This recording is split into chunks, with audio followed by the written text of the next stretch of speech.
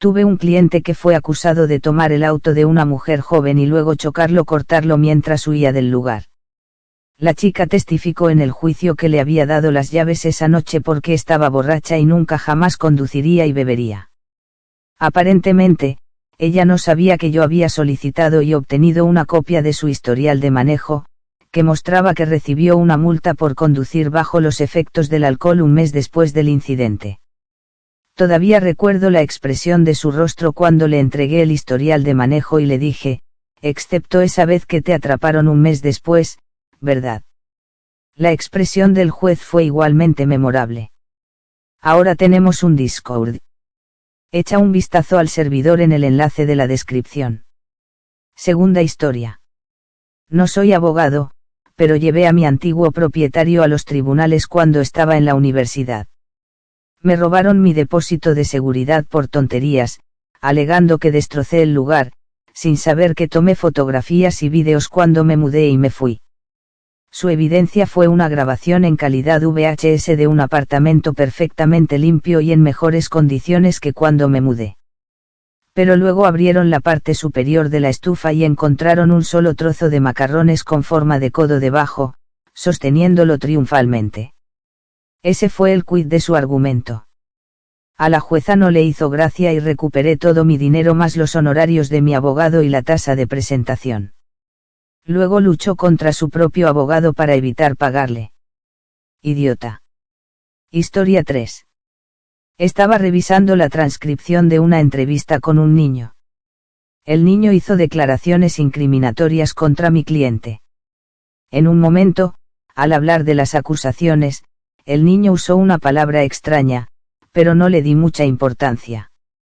Unos días después, estaba viendo un vídeo del niño interactuando con su abuela, que odia a mi cliente, de aproximadamente una semana antes de esa entrevista. La abuela usó exactamente la misma palabra extraña en el contexto exacto en el que el niño la usó más tarde.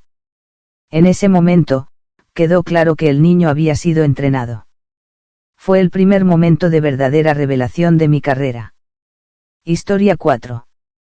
Trabajé en un caso que involucraba procesadores defectuosos. En Discovery, recibimos correos electrónicos de los ingenieros del acusado que habían trabajado en los procesadores.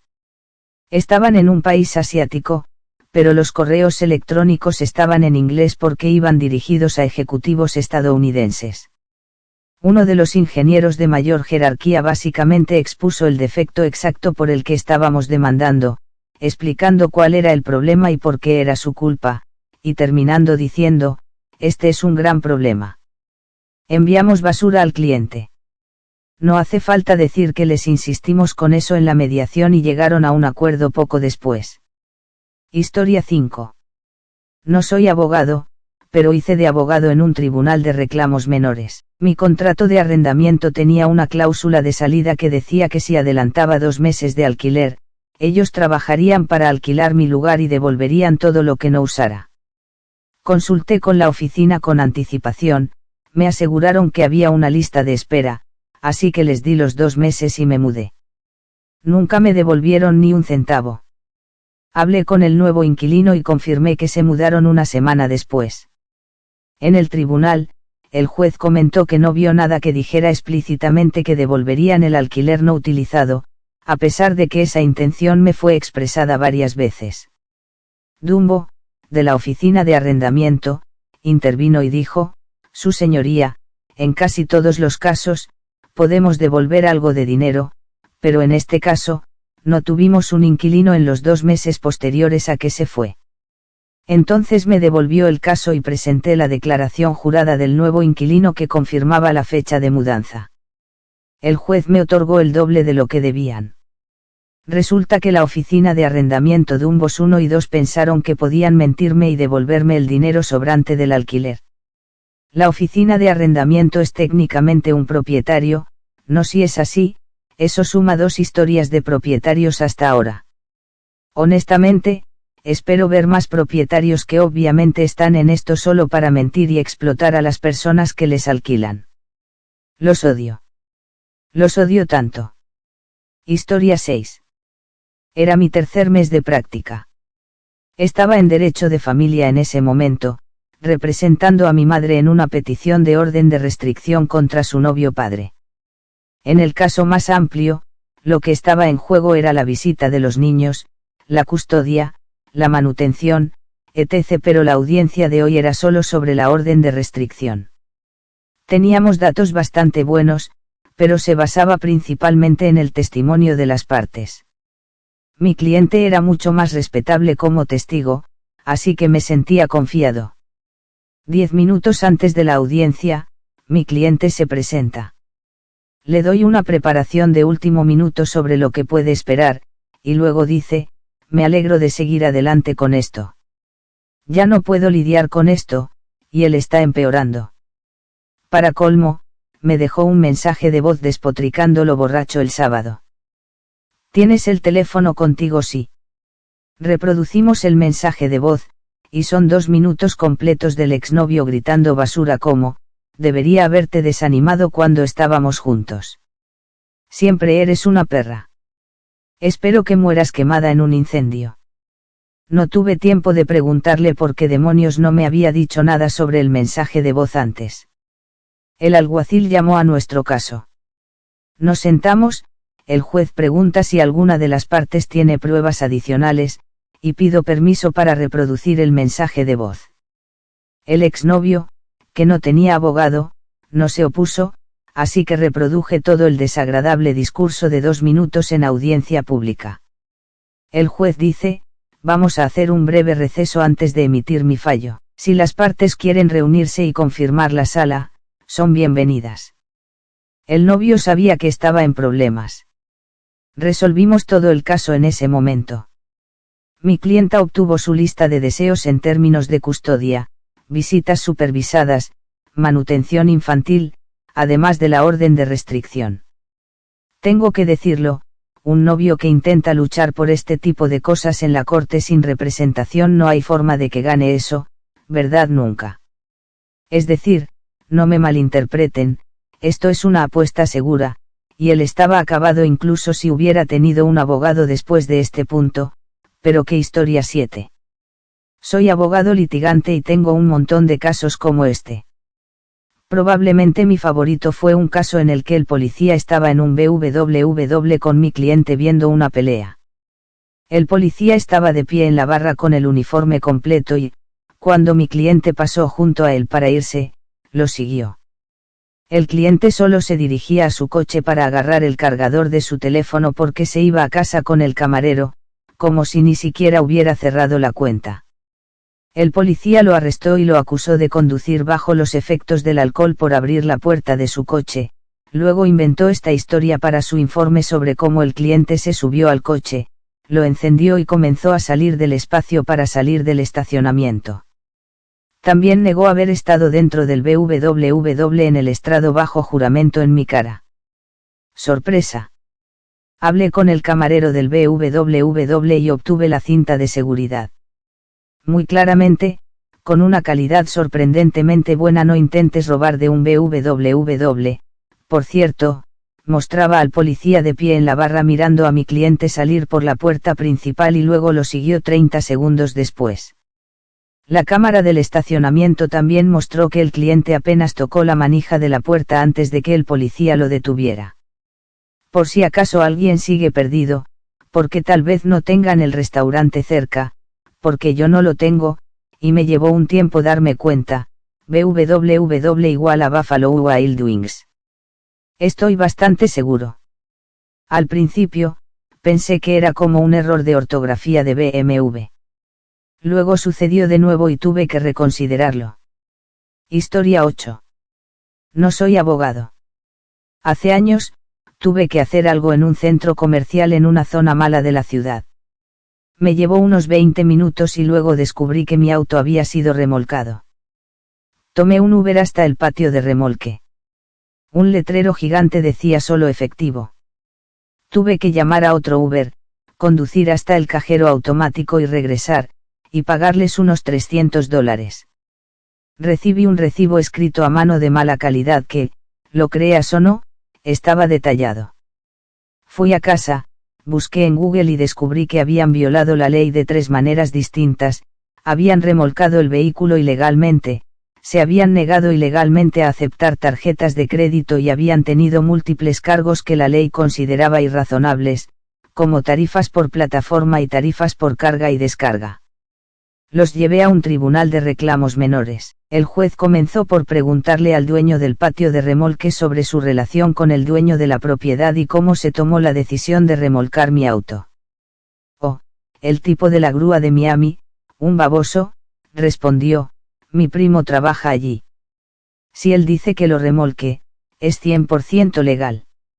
Las cejas del juez comenzaron a levantarse, pero el tipo continuó, pero lo que más detesto, señoría, es que este idiota diga que no acepto tarjetas de crédito. Soy un hombre de negocios. Acepto tarjetas de crédito todo el tiempo. Él es un sinvergüenza que no tiene ninguna tarjeta de crédito, por eso quería pagar en efectivo. Estaba teniendo una sobrecarga de espera, y el juez me vio sonreír, saltar en mi asiento y palmear mi carpeta manila de recibos. ¿De verdad no tienes ninguna tarjeta de crédito o débito?, me preguntó el juez.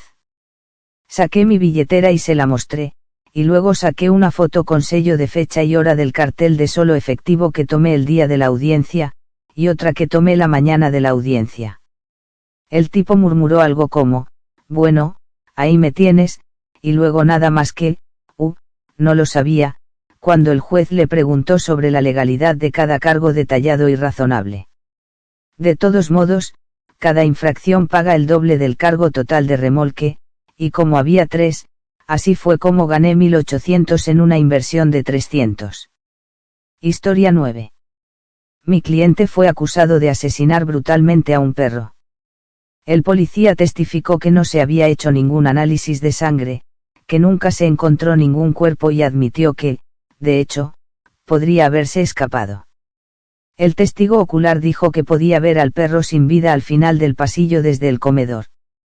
El policía testificó que no había pasillo y que el comedor estaba en un nivel de la casa diferente al que supuestamente había ocurrido el perro sin vida. Luego, la persona que lideró la turba que linchaba a mi cliente por la ciudad durante el último año testificó que había estado en el apartamento entre las 2 visitas del policía para evaluar la escena. Nadie, una escena del crimen comprometida, un testigo que no pudo ver nada y la admisión de que no había pruebas de que el perro estuviera muerto. El alegato final duró 3 segundos, señoría, solicito la absolución.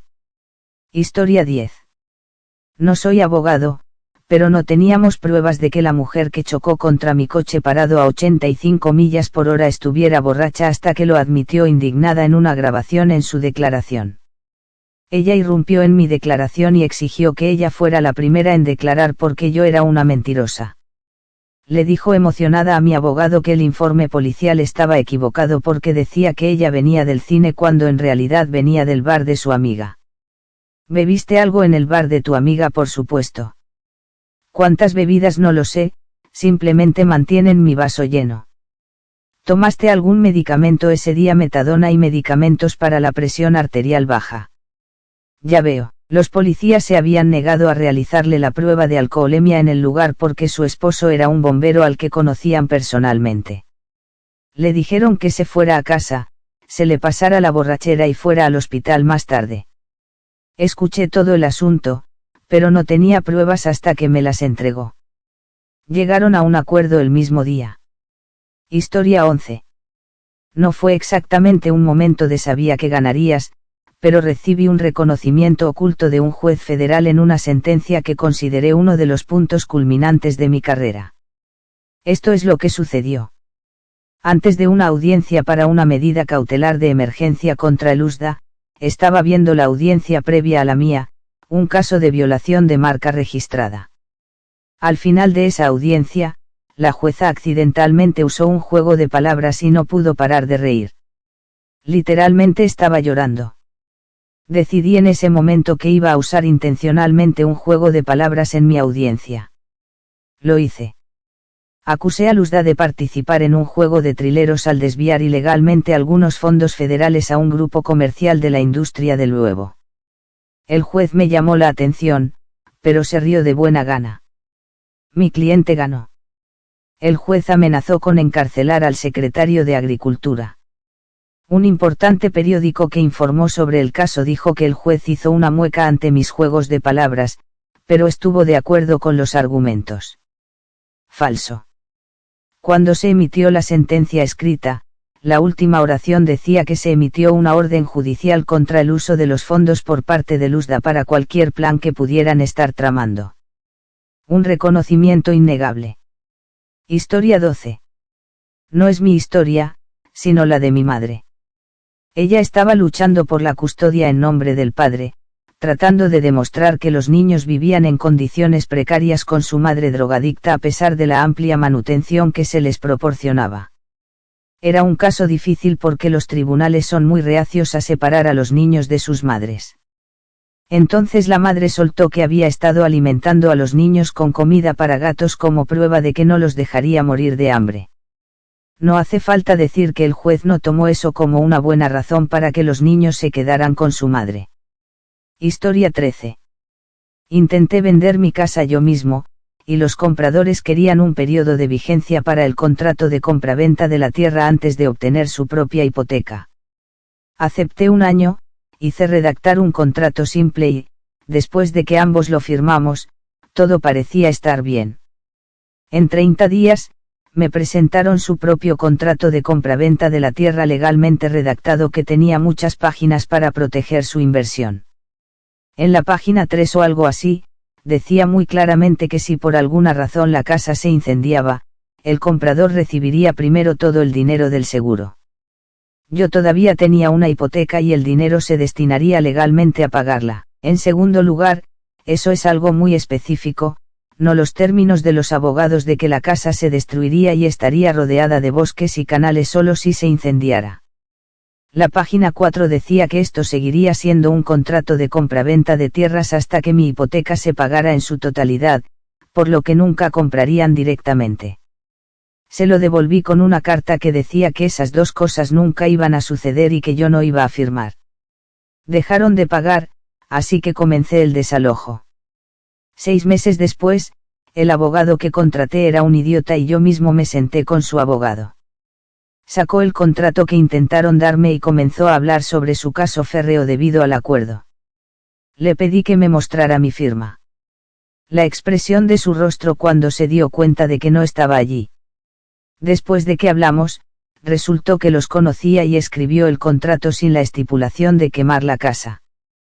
Parece que la agregaron bajo la creencia de que era un contrato de tierras a largo plazo. No solo gané, sino que estoy bastante seguro de que perdieron a un amigo abogado. Entonces, solo esperaban que su amigo abogado no se diera cuenta de que cambiaste el contrato que él escribió. Es una jugada extraña. En cierto modo, solo estás esperando que tu amigo abogado sea malo en su trabajo. Historia 14. Entonces, presenté la demanda en enero. Intercambiamos pruebas. Cada parte envía cuestionarios y recibe respuestas cuidadosamente redactadas durante los siguientes meses, y presento una moción para juicio sumario, lo que significa que le pido al tribunal que me permita ganar el caso sin jurado porque el caso es tan obvio. Justo antes de presentar esta moción, pensé en revisar los materiales de prueba y ver si hay algo que me haya perdido. Y, sabes, la otra parte cometió un error garrafal en literalmente solo la cuarta de las más de 100 preguntas que hice. Es un caso de mordedura de perro, y cada vez que pregunté sobre la mordedura, la respuesta decía algo como, admitimos esto y aquello, pero negamos que nuestro perro haya estado involucrado en ningún ataque canino. Bueno, la pregunta 4 pregunta si admiten que su perro no estaba atado el día que mordió a mi cliente, y simplemente respondieron, admiten, lo que significa que admiten que su perro no estaba atado y admiten que su perro fue el que mordió a mi cliente. Eso fue lo único que realmente estuvo en disputa.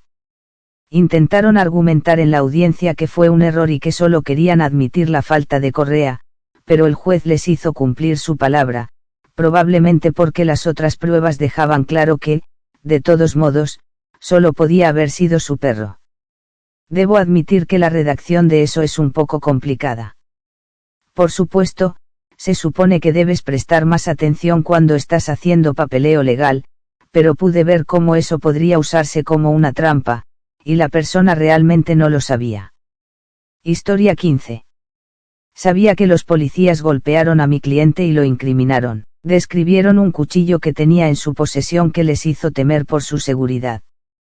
Curiosamente, nunca lo confiscaron. Ganamos el caso penal y presentamos un caso de derechos civiles. Mientras tomaba declaración a uno, describió el cuchillo con gran detalle. No más de 3 minutos después, cometió un desliz y afirmó que su compañero le dijo que mi hombre tenía un cuchillo, pero nunca lo vio él mismo. Le dije, eso no es lo que acabas de decir, y lo vi entrar en pánico. Su abogado también entró en pánico y me pidió que saliéramos a vernos. Cuando llegamos al pasillo, retiré mi demanda de acuerdo y el caso se resolvió por una cantidad sustancialmente mayor en 45 minutos. Historia 16. No soy abogado, pero me he enfrentado a muchos de ellos como delegado sindical. Hace años, tuvimos un arbitraje relacionado con los costes de la asistencia sanitaria. La empresa pasó la mayor parte de un año intentando disuadirnos de seguir adelante con el caso. Había llegado el día de nuestro arbitraje. El abogado, de hecho, éramos 3 con el que nos enfrentábamos, era en realidad el sobrino de Paul Newman. De todos modos, me tocó a mí subir al estrado. Su primera pregunta fue presentar la queja como prueba y preguntarme en qué paso decía que se encontraba en la parte superior de la página. Nuestro proceso de quejas es un sistema de 2 pasos, que avanza hasta el arbitraje si no se resuelve. Dije, segundo paso. Entonces, con aire de suficiencia, preguntó, ¿y dónde está el primer paso? A lo que respondí, el primer paso es una discusión verbal, se pone por escrito en el segundo paso. Parecía dolido, pero perseveró. De todos modos, después de algunas preguntas más, me preguntó si toda la compañía tenía un seguro básico en lugar de una opción premium, eso cumpliría con el contrato. En ese momento, esperaba que yo argumentara que el seguro básico no era suficiente porque estaba tratando de pintar la imagen de que solo estábamos tratando de obtener un seguro premium al precio básico. Le respondí, sí. Se quedó estupefacto y me preguntó, sí. Volví a decir, sí, eso cumpliría con el lenguaje del contrato. Miró los otros documentos que iba a presentar como prueba y luego murmuró, no hay más preguntas. Supe en ese momento que no habían presentado ningún argumento real sobre la mesa.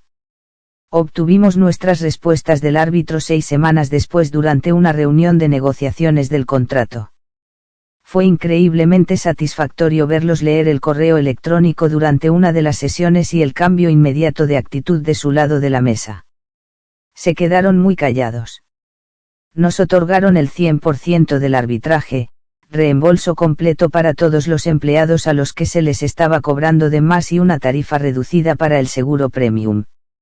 Historia 17. No soy abogado, sino cliente en mi juicio de divorcio. Mi exmujer ha pasado unas 2 horas explicando al tribunal lo idiota que soy y todas las cosas horribles que le he hecho a ella y a mis hijos y que no soy apto para ser padre. 2 horas enteras. Mentira tras mentira. Apenas 6 meses antes, mi mujer se había colado en mi casa de la que se ha mudado y había entrado en mi ordenador para escribirme una carta de amor. Oh, eres tan maravilloso. Eres un padre increíble, un gran proveedor, un gran marido. Has hecho tanto por la comunidad. Por favor, no me dejes. Esa es la esencia de la cuestión. Bueno, ella no la imprimió ni la firmó, era solo un archivo en mi ordenador que había quedado en la pantalla para que yo lo encontrara. Así que nuestro reto, después de todo su testimonio en contra, era conseguir que admitiera que ella había escrito la carta. Le dije a mi abogado, pregúntele.